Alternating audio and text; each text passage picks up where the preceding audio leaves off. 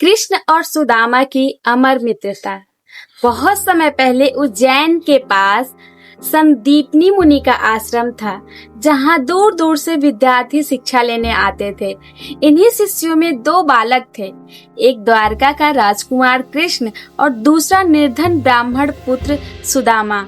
देखने में दोनों की स्थिति बिल्कुल अलग थी। एक राजकुमार जिसके पास ऐश्वर्य और समृद्धि का आशीर्वाद था, और दूसरा गरीब जो एक फटी धोती और साधारण जीवन में संतुष्ट था। परंतु मित्रता का रिश्ता कभी अमीरी गरीबी नहीं देखता।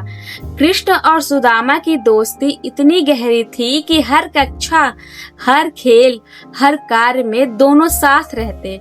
एक बार की बात है, संदीपनी मुनि की पत्नी ने सुदामा को एक मुट्ठी भुने हुए चने दिए और कहा कि इन्हें रास्ते में भूख लगने पर कृष्ण के साथ बांटना। दोनों मित्र जंगल से लकड़ी लेने गए। अचानक बारिश शुरू हो गई और दोनों एक पेड़ के नीचे आश्रय लेने लगे।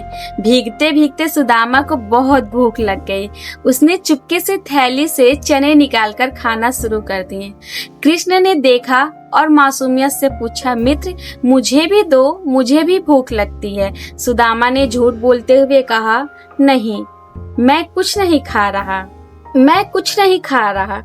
ठंड से दांत बज रहे हैं। कृष्ण चुप हो गए, पर यह घटना मित्रता की डोर में एक गहरा निशान छोड़ गई। जब दोनों आश्रम लौटे तो यह बात गुरु पत्नी को पता चली।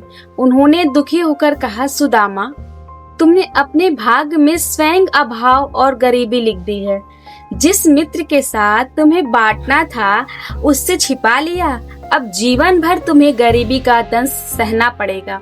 हाँ, एक उपाय है। यदि जीवन भर इस मित्रता को निभाओगे और प्रेम की डोर नहीं तोड़ोगे तो अंततः यह मित्र तुम्हारा उद्धार करेगा। उस दिन की छोटी सी घटना ने वास्तव में सुदामा के पूरे जीवन की दिशा तय कर दी। समय बीतता गया, शिक्षा पूर्ण हुई। कृष्ण द्वारका लौटे और वहाँ यदुवंश के राजा बने। चारों ओर वैभव और ऐश्वर्य का साम्राज्य था। दूसरी ओर सुदामा अपने गांव लौटे। जीवन का हर दिन गरीबी और अभाव से भरा हुआ था। उनके घर की हालत इतनी खराब हो गई थी कि कई दिन भूखे रहना पड़ता। पत्नी सुशीला पतली दुबली हो चुकी थी, पर हृदय में भक्ति और पति के प्रति श्रद्धा का दीपक जलता रहा। एक दिन स्थिति इतनी बिगड़ गई कि घर में बच्चों के लिए अन्न का एक दाना भी न बचा। सुशीला ने आंसू भरी आंखों से कहा, स्वामी, अब तो हालात असहनीय हो चुके हैं। आप अपने मित्र कृष्ण के पास जाइए, वे द्वारिका के राजा हैं। आपकी दशा देखकर अवश्य मदद करेंगे। सुदामा ने उदासी से उत्तर दिया, सुशीला, मित्रता कभी लाभ हानि के लिए नहीं होती। मैं कृष्ण से कैसे कुछ मांग सकता हूँ? सुशीला ने प्रेम से समझाया, मैं जानती हूँ आप मांगेंगे नहीं, पर जाकर उनसे मिल तो आइए। हो सकता है मित्र का दर्शन ही हमारी विपत्ति दूर कर दे। सुशीला ने घर में बचा हुआ थोड़ा सा चावल धोकर सुखाया और उससे पोहा बना दिया। उसने उसे एक पुराने कपड़े में बांधा और सुदामा को देते हुए कहा, ये ले लो, कृष्ण को मेरा प्रणाम करना, और यह चावल हमारी श्रद्धा का तोहफा है। छोटा है पर हमारे प्रेम से भरा है। सुदामा पैदल ही द्वारिका के लिए निकल पड़े। लंबी यात्रा के बाद जब वो वहां पहुंचे तो द्वारका का वैभव देखकर उनके मन में संकोच भर आया। सोने चांदी के महल, मोती जड़े दरवाजे, रत्नों से सजे मार्ग। वे सोचने लगे, मैं निर्धन ब्राह्मण यहाँ क्या कर रहा हूँ? द्वार पर खड़े पहरेदारों ने उन्हें रोक दिया और हंसते हुए कहा, यह द्वारका का महल है, कोई साधारण झोपड़ी नहीं। यहाँ प्रवेश सबको नहीं मिलता। तुम कौन हो? सुदामा ने झुककर उत्तर दिया, मैं कृष्ण का पुराना मित्र हूँ, मेरा नाम सुदामा है। यह बात जैसे ही कृष्ण के कानों तक पहुंची, वे तुरंत अपने सिंहासन से उठ खड़े हुए। नंगे पांव दौड़ते हुए महल के दरवाजे तक पहुंचे और सुदामा को गले से लगा लिया। कृष्ण की आंखों से आंसू झरझर गिरने लगे। चारों ओर आश्चर्यचकित रह गए लोग। राजा स्वयं गरीब ब्राह्मण को इतना सम्मान कैसे दे सकते हैं? कृष्ण ने अपने मित्र को सिंहासन पर बिठाया, उनके पैर धोए और प्रेम से उनके चरण पोंछे। रुक्मिणी भी यह दृश्य देखकर भावुक हो गई। कृष्ण ने मुस्कुराकर कहा, मित्र, मेरे लिए क्या लेकर आए हो? सुदामा संकोच में पड़ गए। उन्हें अपना उपहार बहुत तुच्छ लग रहा था, पर कृष्ण की बार बार जिज्ञासा पर उन्होंने वह गठरी आगे बढ़ा दी। कृष्ण ने जैसे ही पोहा उठाकर खाया, उनके चेहरे पर दिव्य आनंद छा गया।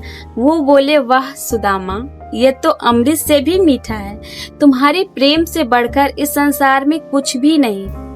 लोक कथाओं के अनुसार जब कृष्ण ने पहला निवाला खाया था तो उन्होंने सुदामा को स्वर्ग लोक का अधिकार दे दिया। दूसरा निवाला खाने पर पृथ्वी लोक का सुख भी उन्हें मिल गया, और जब वे तीसरा निवाला खाने वाले ही थे तभी रुक्मिणी ने उनका हाथ थाम लिया और कहा, प्रभु, यदि आप और खा लेंगे तो हमारा समस्त लोक ही सुदामा को मिल जाएंगे। कृष्ण मुस्कुराए और हंस दिए। वहीं रुक गए वो।